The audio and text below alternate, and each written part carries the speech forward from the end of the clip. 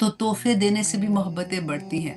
कभी उनको छोटे-छोटे गिफ्ट भेज दिया करें, अगर अल्लाह सुब्हानहू व तआला ने आपको तौफ़ीक दी हुई है ऐसे। और अगर रिश्तेदारों में कोई गरीब है या पीछे थोड़ा-सा है तो उनका तो हक और भी ज़्यादा हो जाता है। क्योंकि आप देखिए जब ज़कात देनी है, सदक़ात देने हैं तो हमने पढ़ा था ना कि रसूलुल्लाह सल्लल्लाहु अलैहि वसल्लम ने फरमाया था कि दुगना सवाब है। अगर आप बाहर किसी की हेल्प करते हो, इतना जानने वाले नहीं हैं, आपके पास आए तो डेफ़िनेटली आपने बहुत बड़ी नेकी की, उसका अजर भी बहुत ज़्यादा है। लेकिन अगर आप अपने रिश्तेदार को देते हो ना, तो उसका आपको दुगना सवाब हो जाता है। तो ये रिश्तेदारियाँ ये अल्लाह सुब्हानहू व तआला ने यहाँ पे हुक्म दे दिया कि वो आति ज़िल कुर्बा हक़्क़हू, कि उनका हक अदा करो। अच्छा, और फिर नंबर 2 ये कि वल मिस्कीना हक़्क़हू, हक जो है ना वो हर एक के साथ अब आप लगा लीजिए। मस्कीन कौन होता है?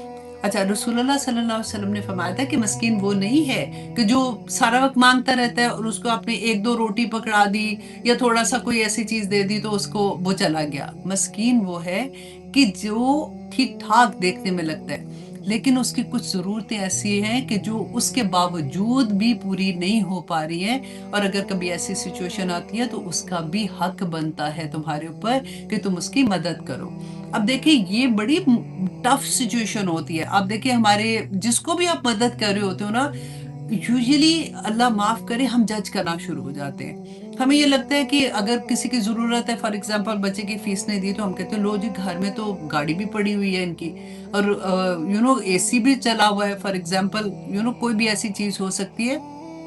तो माँगने आए हुए हैं, पहले अपनी ये चीज़ें तो देखें ना, अच्छे-भले खाते-पीते हैं। तो ऐसा नहीं है, मस्कीन ये उनकी ज़रूरत है, जो घर की ज़रूरत है, ऐसा नहीं कि वो चीज़ें बेच-बेच के अपना करेंगे, अगर एक दफ़ा बेच देंगे तो अगली दफ़ा क्या होगा?